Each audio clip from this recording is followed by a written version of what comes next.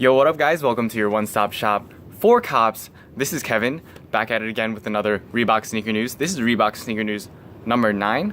And yeah, I'm still in California. We have a couple shoes this week that are pretty original. We have some shoes that I had to take a second look at, and definitely some shoes that are classic. So let's get into it.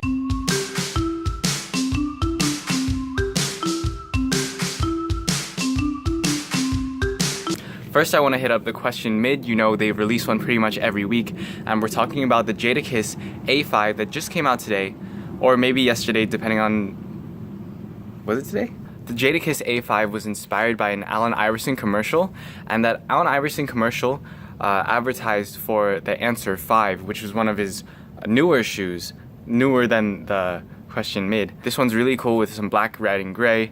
I mean, the upper is okay. It's honestly pretty standard and pretty cool, you know. Lots of sneakerheads like that sort of thing. But if you look at the outsole, it's black and red, and it's kind of translucent. I feel that the outsole is the star of this shoe somehow. I never feel that about shoes. Next you have the Instapump Fury Road Godzilla.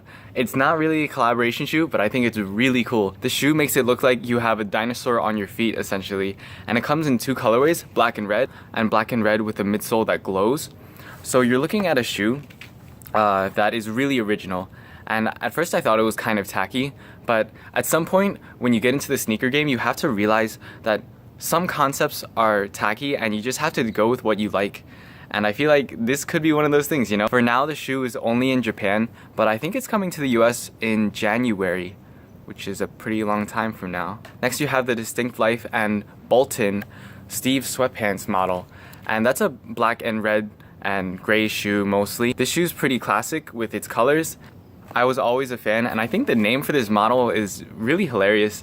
I would think about copying it just because it's pretty classic, you know? For the 4th and 5th shoe, I kind of want to make a combination because these two models are actually the same, the Club C 85.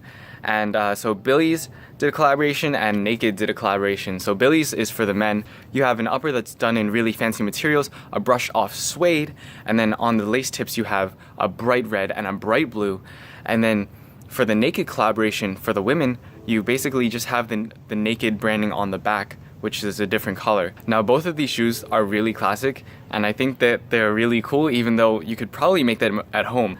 But who would think of these ideas? You really need a great mind to think of the shoe ideas that you can execute, you know?